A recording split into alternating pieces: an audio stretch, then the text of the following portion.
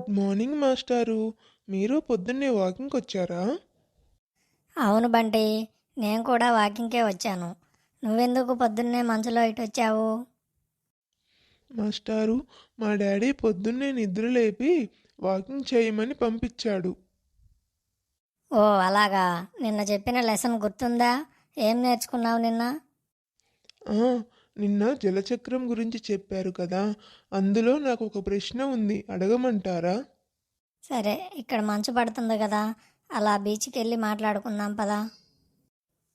ఇప్పుడు చెప్పు బంటి, నీకేం డౌట్ వచ్చింది?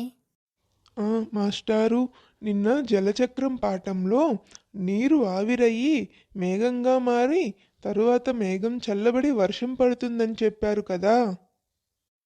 అవును కదా బంటి, ఇందులో ఏం డౌట్ ఉంది నీకు? అడుగు.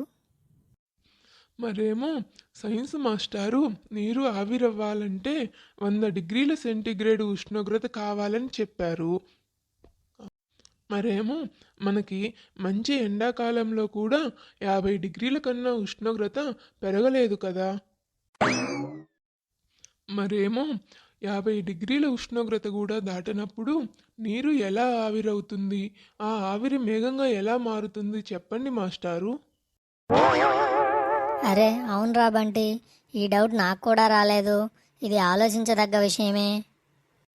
సరే, దీన్ని నేను బాగా ఆలోచించి రేపు నీకు జవాబు చెప్తాను, సరేనా?